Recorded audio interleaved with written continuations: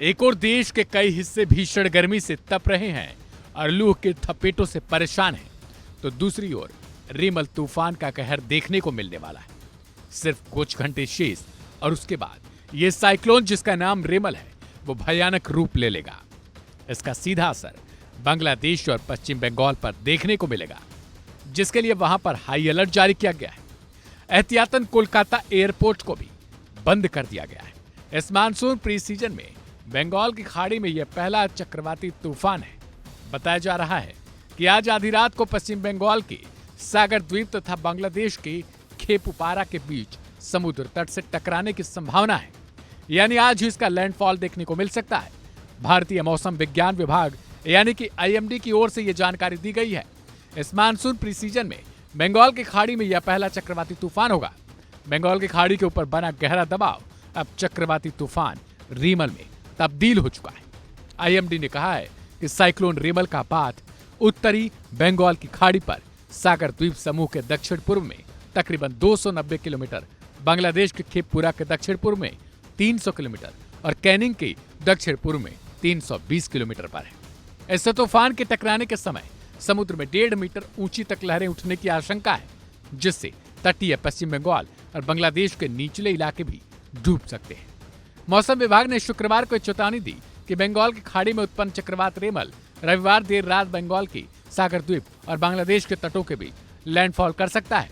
इसके 110 से 120 किलोमीटर प्रति घंटे की रफ्तार से टकराने की भी आशंका है।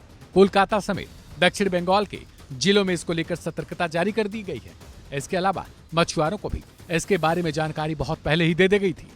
इसे लेकर एनडीआरएफ पूर्वी क्षेत्र के कमांडर गुरमिंदर सिंह ने क्या कुछ जानकारी दी है, वो भी आपको सुनवाते हैं। जैसे कि मैंने कहा कि जो साउथ 24 परगना में ये सागर आइलैंड से लेके और खेपुपारा बांग्लादेश में हिट करेगा, तो हमारे जो डिस्ट्रिक्ट है East Medinipur, South 24 Pargana, North 24 Pargana, Kolkata, Howrah, Nadia और अप टू जो मुर्शिदाबाद, ये डिस्ट्रिक्ट अफेक्ट होंगे इससे।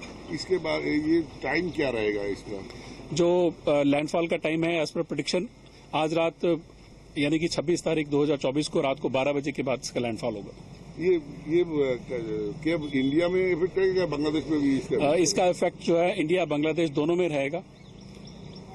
दोनों में रहेगा? दोनों में रहेगा इसका। और रेन का लैशेस कितने तक देर तक चलेगा? जो साइक्लोनिक स्टॉर्म्स होते हैं इनकी एक आई होती है जब जिसको हम बोलते हैं कि जो लैंडफॉल कर पर, लेकिन इसका जो एरिया होता है, जो रेन बैंड्स होते हैं वो काफी 100 किलोमीटर तक फैले हुए होते हैं, तो हम एक्सपेक्ट कर सकते हैं कि मॉडरेट, कहीं सीवियर, कभी वेरी वेरी हैवी रेनफॉल भी हम एक्सपेक्ट कर सकते हैं। पिछले बार या अम्फान इससे भी तो ज्यादा ये स्टॉर्म लगता है, ये ज्यादा इफेक्ट करने वाला। हाँ नहीं, जो अगर हम किसी एम्फन से स्ट्रॉन्ग करें, एम्फन से कंपेयर करें जो कि जो है सुपर साइक्लोन था, वैसा तो नहीं है, पर लेकिन हम इसको एक्सपेक्ट कर सकते हैं कि एक सीवियर साइक्लोनिक स्टॉर्म है, तो मतलब कि यश की तरह ये रह सकता है। आप क्या एडवाइस देना चाहेंगे पब्लिक को? हम तो चाहते हैं कि जो वनरेबल पॉपुलेशन है, खासकर जो कच्चा हटमेंट्स में और कोस्टल एरियाज में रहते हैं, वो तुरंत जो है अपने कोस्टल एरिया से चल के और जो पक्के जो साइक्लोनिक शेल्टर्स है उसमें शिफ्ट हो जाएं। वहां पर जो है जो कैटल्स है उनके रखने की भी व्यवस्था की हुई है,